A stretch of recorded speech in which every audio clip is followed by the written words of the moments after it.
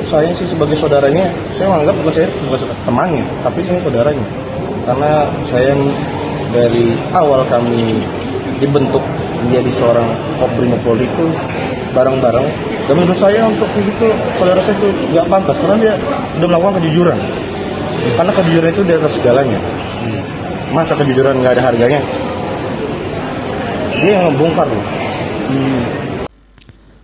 Saya tidak pernah menduga, apalagi mengharapkan peristiwa yang sekarang menimpa diri saya.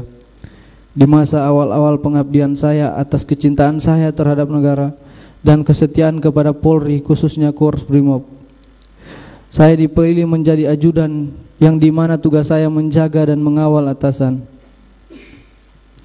Di usia saya ini tidak pernah terpikirkan ternyata oleh atasan saya, di mana saya bekerja memberikan pengabdian kepada seorang jenderal berpangkat bintang 2 yang sangat saya percaya dan saya hormati, di mana saya yang hanya seorang prajurit rendah berpangkat barada yang harus mematuhi perkataan dan perintahnya. Ternyata saya diperalat, saya dibohongi dan disia-siakan. Bahkan kejujuran yang saya sampaikan tidak dihargai, malahan saya dimusuhi. Begitu hancurnya perasaan saya dan goyahnya mental saya. Sangat tidak menyangka akan mengalami peristiwa menyakitkan seperti ini dalam hidup saya. Namun saya berusaha tegar.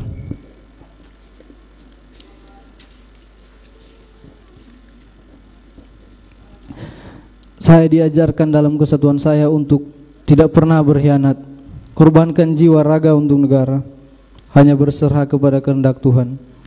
Nugraha Sankanti Yana Utama, setia pada Ibu Pertiwi. Bahwa ikrar dan janji setia terhadap negara dan pimpinan akan terus terpatri dalam hati saya. Atas apa yang telah terjadi pada diri saya saat ini menjadi suatu pembelajaran sangat penting dalam kehidupan saya, dalam pendewasaan diri. Kiranya Tuhan menolong saya.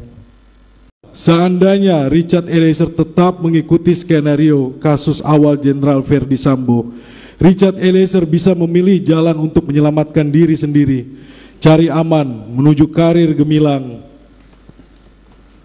Dalam konspirasi dan pengabdian total kepada sang jenderal, ia bisa memilih menutup mata, membohongi hati nuraninya sendiri, nurani publik, menutup rapat kejahatan kemanusiaan yang paling keji dan busuk. Jika jalan itu yang dia pilih, bisa dibayangkan peristiwa ini akan menjadi kasus pembunuhan yang tidak terungkap, dark number, hilang dari pengamatan publik sama seperti kasus kejahatan besar lainnya, tertutup rapat. Namun Richard Eliezer memutuskan menempuh jalan terjal keadilan, mengungkap kebenaran dan keadilan. Ia mempertaruhkan keselamatan diri, membangun keberanian dalam dirinya yang rapuh sebagai anggota Polri dengan pangkat paling rendah, berhadapan dengan sang jenderal. Dengan lantang ia menyuarakan kebenaran, membongkar kebohongan, disaksikan berjuta pasang mata dan para hakim yang mulia penjaga gerbang keadilan di dunia ini. Masyarakat sudah lama dahaga akan kejujuran dan keadilan di Republik ini. Terdakwa dielulukan para pencari keadilan. Richard Eliezer adalah kita, berjuang memadukan kehidupan sebelum dan sesudah peristiwa penembakan almarhum Brigadir Nofriansah Yosua Huta Barat. Jadi kisah hidup Richard Eliezer adalah berjuang bangkit dari keterpurukan. Ia adalah anak muda jujur yang tidak berada di dalam ruang kosong. Ia masih punya masa depan yang berpengharapan dan masih panjang. Tetapi hidupnya seperti dipaksa berhenti karena tangannya dipakai oleh atasannya untuk melampiaskan nafsu angkara murka. Ia dikorbankan. Richard Eliezer ibarat lilin kecil yang tidak ada harganya tetapi menerangi.